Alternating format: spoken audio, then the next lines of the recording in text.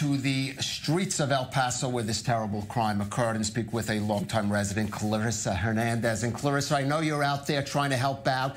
Could you talk about what you've been doing and the emotions that led you to do this? Well, I brought my son out here earlier this morning.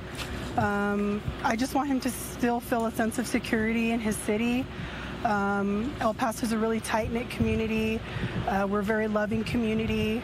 I'm really proud of my community for coming together to be there for one another. But we were out here earlier this morning around 6 a.m. I think we may have even been the first people out here this morning. And, you know, the El Paso heat is no joke. So me and my son decided to come out here, you know, pass out waters, whatever we can do, you know, just to give back to the community. It's a really hard time right now for El Paso, but, you know, we're all coming together, and I know we're going to be there for one another.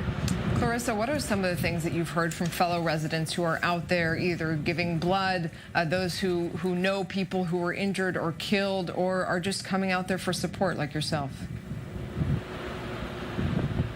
Well, the main thing that I'm hearing, and like I said, I am very proud of my community, is that we're all together. You know, there's some people out here who have lost loved ones. There's people out here who were just happen to be there, or there's people like myself who we grew up in this general area of El Paso, and you know, we're just all sticking together no matter what, and it's very moving, but also very sad at the same time that that this tragedy has happened. Clarissa, what was your first reactions when you heard those reports that this may have been or likely was a racially motivated crime specifically directed against El Paso?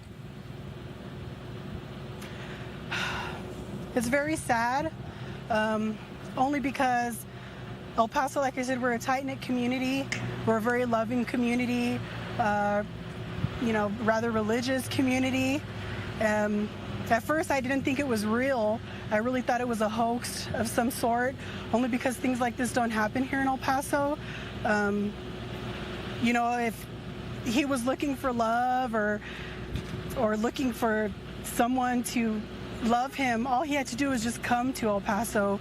Somebody would have taken him to their grandmother's house for some love, or their mom, someone's mom would have hugged them, or we would have prayed with him, or El Paso's just like that. I couldn't believe it when I heard it.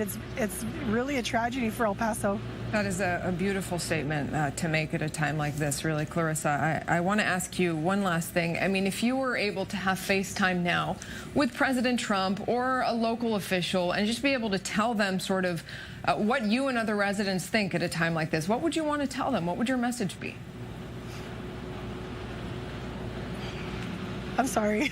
Okay. My message would be just, if you can protect us, if you can, your job is to protect us, the American people, you know, protect us.